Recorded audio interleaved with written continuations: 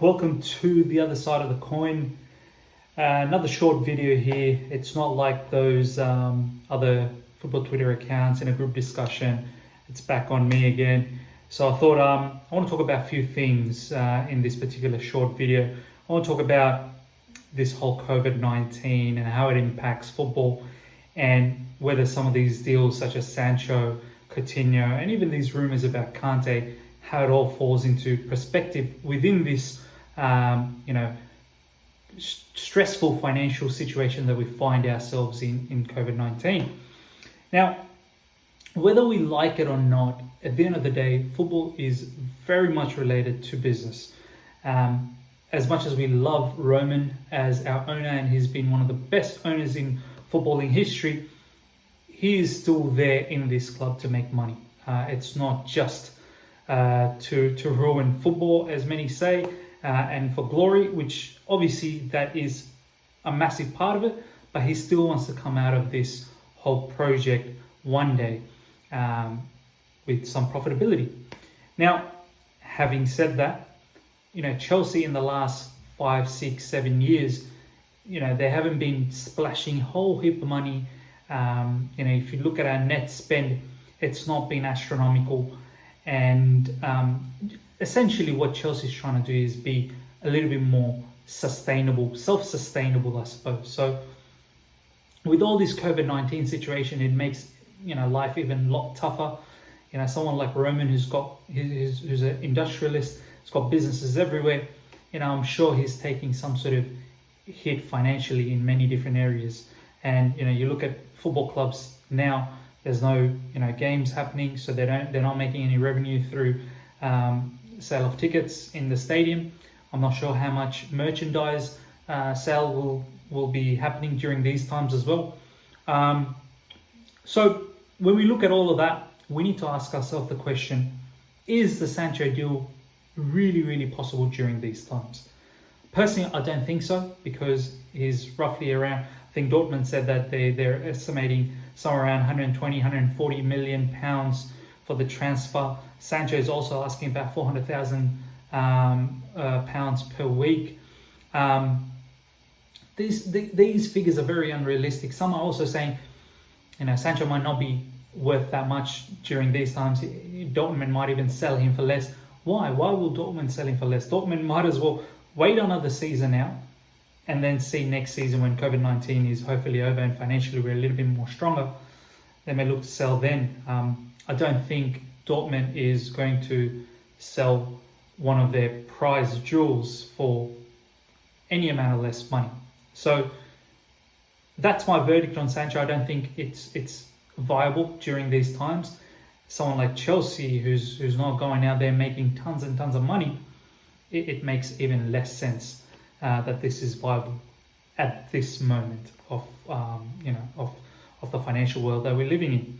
So now moving towards Coutinho, why that makes sense as opposed to Sancho is, one, he's not a bad player. He may not be as great as Sancho at the moment, but he can play a few different positions up forward. He's still got the flair. He's, I believe 27 is your peak age in football. And with the loan option being at about 13 million, it's very financially viable for Chelsea. If we look to sell a few players as well, that money can be recouped very easily. So, and also it gives us the opportunity to see Coutinho for one season if it's on loan, and then perhaps if he does well, we can look into permanent deal next season. And even if we don't want the permanent, we haven't spent so much, and hopefully we got a player that's produced a lot in the new season. So it makes sense in that perspective. With the whole Kante debate now, is that Kante is 29. Now I know age is generally not a huge factor. There's been many players that's played for Chelsea beyond the age of 30 and have put on fantastic performances, which is true. But Kante, over the last season and a bit, at the end of Sarri's tenure and this season, there's been a lot of niggling injuries. Yes, we've been rushing him back, which wasn't right. Perhaps if he's given the right amount of rest, then we can see the best of him again. But here's the type of player that we really, really need to see. Is Frank, or is the style that we're playing right now truly, truly need him? You know, when we played the last two games before we went on the break, we had Billy Gilmour, Barkley, Mount sort of marshalling the midfield area, and they looked fantastically good. You know, it seems like Frank wants to play in a system where he has that deep-lying playmaker, which was Billy. Obviously, Jorginho was suspended. But he also wants that player to be somewhat defensively astute. Doesn't want all the defense on them. He wants the whole team to work as a defensive unit. And that's why I feel, you know, Billy's got that edge over Jorginho due to that defensive sort of awareness, a little bit more than Jorginho. So when we think about the system and the style that we're playing, you need to ask yourself, where does Kante fit in all of this? You know, Kante is probably not going to play as a sole defensive midfielder because he's not superior to Billy Gilmour and Jorginho in terms of passing range. You know, he's not a deep-lying playmaker. If it's a double pivot, we've got other better combinations for double pivots such as Kovacic, Billy, Kovacic, Jorginho. You got someone like Ruben Loftus-Cheek who's going to come back. I know a lot of people are not going to like Ruben Loftus-Cheek playing in a double pivot, but that could be an option. It's not the primary option. It could be an option. You know, he could go box to box.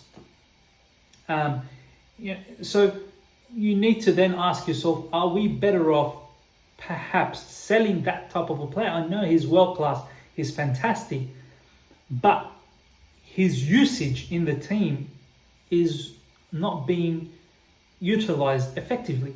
So you need to ask yourself, is it better if we were to get a top-notch bid for someone like Kante, recoup a large amount of money, hopefully, and use that elsewhere, maybe a really, really good centre-back, maybe a left-back, maybe another winger, so on and so forth, a striker. So it's all about utilizing the players correctly within the style that the manager wants to play. And at the end of the day, selling the players that don't fit this sort of structure and getting a large amount of money out of it so you can concentrate on filling up other positions with quality. So by no means I'm advocating for Kante to be sold, but I think we need to think that, you know, how much are we really utilizing Kante? As great as he is, how much are we utilizing Kante? And it might be a good time if we get a right bid. There's been talks about Barcelona and so on and so forth, PSG. And I know recently Chelsea has come out and said they're not interested to sell. But I think as a fan base, you know, we need to look at all of these things that I've just mentioned in terms of financial issues with COVID-19 and the budget and our summer expectation, the issues around whether Sancho is actually viable, Coutinho making sense, and perhaps understanding the need for maybe selling Kante down the track. So hopefully you guys enjoyed that short video.